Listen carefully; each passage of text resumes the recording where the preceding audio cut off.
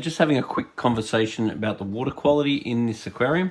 So we have just done a gravel clean and a filter clean, and that's explaining why the water is a little bit cloudy right now. This nice big filter will clear it up in no time. Now, trying to understand these results, is here it's saying DKH is 3.8.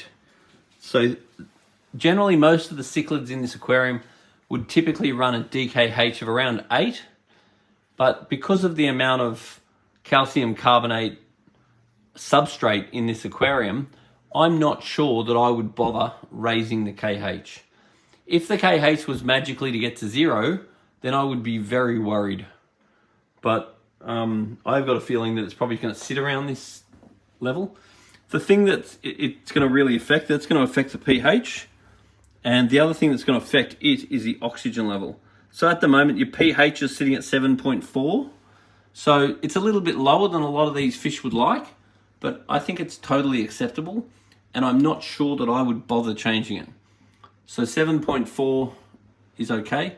If the pH was going to start dropping, then I probably would consider adding some KH, because the KH would raise the pH as well. You never want to add pH up, because bicarbonate will just fall again with the presence of any acids, and with this amount of fish, it would be almost a waste of time. You want to raise your pH by raising the KH.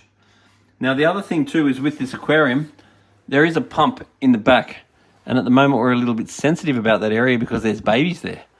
But I would actually like to reposition the pump, because last time I was here I had the pump in the back and it shot up that way, and I could really see the surface here agitate from the pump. Whereas now I think the pump's fallen down a little bit. You've got that many big fish in here that may have undermined the pump and caused it to fall down. But in a perfect world, I'd like to reposition that pump and aim it up, because I'd like to see the pump agitate the surface more than it is. You know, I certainly think it is agitating the surface, but nothing like I'd like it to. Because increasing the surface agitation is going to raise the oxygen level, and that should help to keep the pH and the KH up.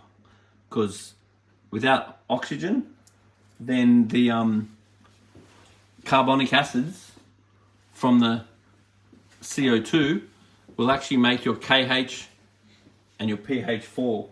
Hey, can I get that screen back on? Oh, yeah. So the next thing is GH.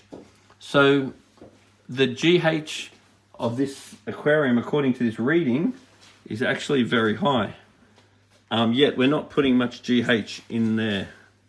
So D hard is saying 23, and that's quite high. So we just did a water change and we didn't add any GH, so hopefully that level has fallen.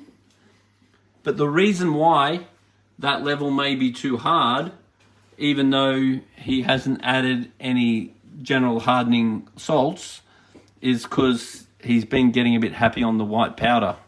So he's got Safe, which is the water ager, and we've worked out that he's used almost 1 million litres worth of water ager.